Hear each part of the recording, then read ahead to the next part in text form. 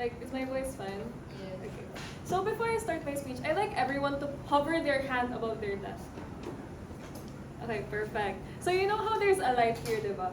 And then there's a shadow because of that light? I mean, it's a direct mimic. It has 5 fingers, a palm, and it moves just the way you do.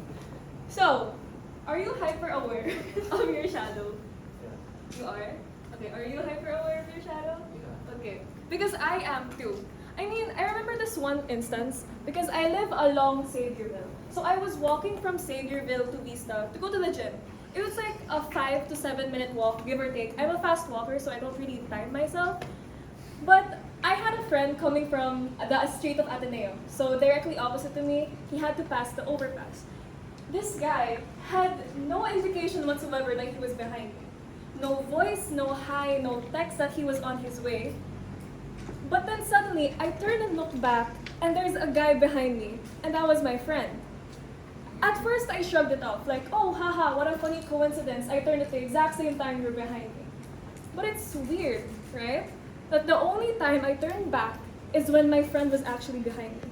And the only reason I noticed that was because my shadow had company that is other than myself.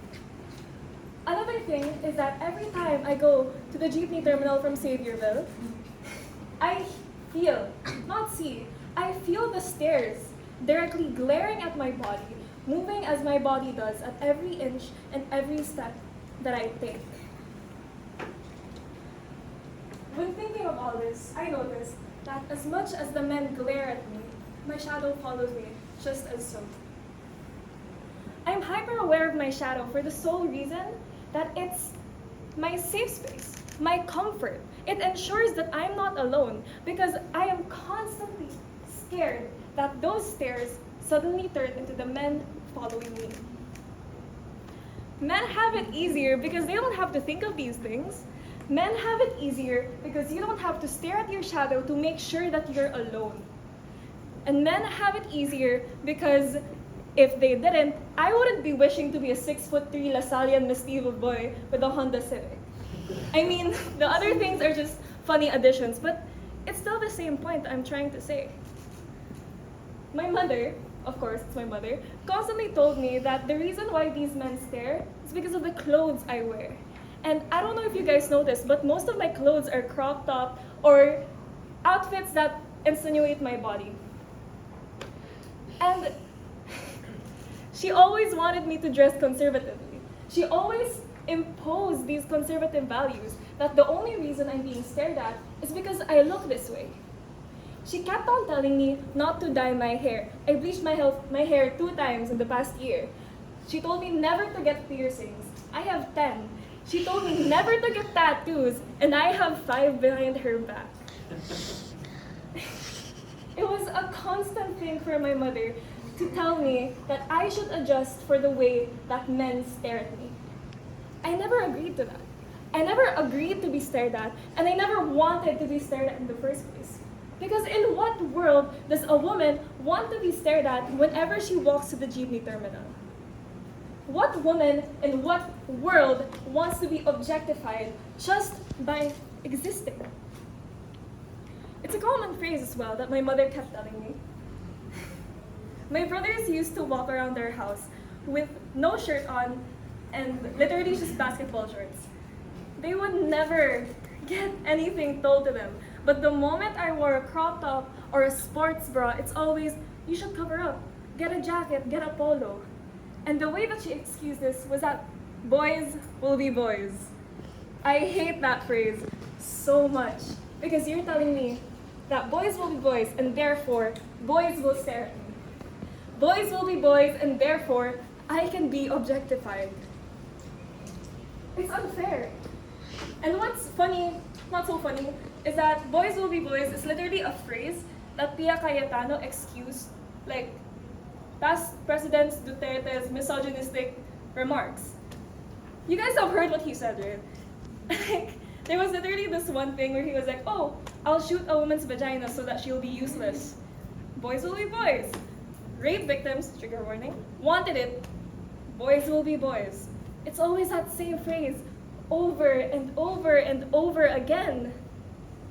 Quite frankly, I'm tired of it. And another thing was that when I was working at a cafe in España, one of the chores was to fix up the chairs in alfresco. So it was the easiest job. Of course, I wanted to take it like every night because I was always in closing shift. All I had to do was fold the tables and chairs. And yet somehow, the shadows started moving. It wasn't my own. I was alone outside. And somehow, this man started to approach the fence. The only reason that I noticed in the dark streets of España was because his shadow was moving towards the light of the signage that we had. And that was all he did. He stared at me, relentlessly. And the only reason I knew was because of his shadow. Men have it easier because they don't have this looming sense of awareness. Men have it easier because they were never told what to wear, how to act, and they were never needed to be this Maria Clara stereotype that every woman was imposed to. Men have it easier because their actions will always be justified by boys will be boys. It's a maxim, it's a phrase, everyone has heard about it. And especially amongst feminine discourse, I'm going to go on a little tangent here, because there's this phrase or specific argument that I kept hearing about, and it's literally, may nanay ka, may kapatid kang babae, may tita ka, kaya dapat may pake ka. I never agreed to that. It's awfully dehumanizing, because you're putting women into boxes and stereotypes, roles and purposes that they serve to a man. You're saying that men should only care because they were birthed by a woman, technically. And you're telling me that my brother should only care about me because I was with him during my formative years. You're telling me that my father should only care about me because I am his only daughter. Not because of who I am. They should care about me because of the sole reason that I am human and that I am a woman. I want you all to confront that. I want you all to confront and dismantle the belief that women are only as valuable as they are to serve a purpose to a man's life. A woman is as valuable as she is human. A woman is as valuable as she is treated humanely. And a woman is as valuable as she is simply being a woman. Men have it easier because they have always been treated humanely. You always hear about these great innovators, political leaders, writers. They have always been a man. Women have always been shrugged off history. There's a reason why there's great white man theory and women's history that was only a thing in like 1700s New School of France, Kasaysayan 1. And it's always been a thing. Women have always been put into boxes, into stereotypes, into things that they serve for a man. A woman should only be as valuable as she is a woman. Men have it easier because, quite frankly, it's easier to make a speech about them. And men have it easier because if they didn't, why did I want to be one when I was 6 years old?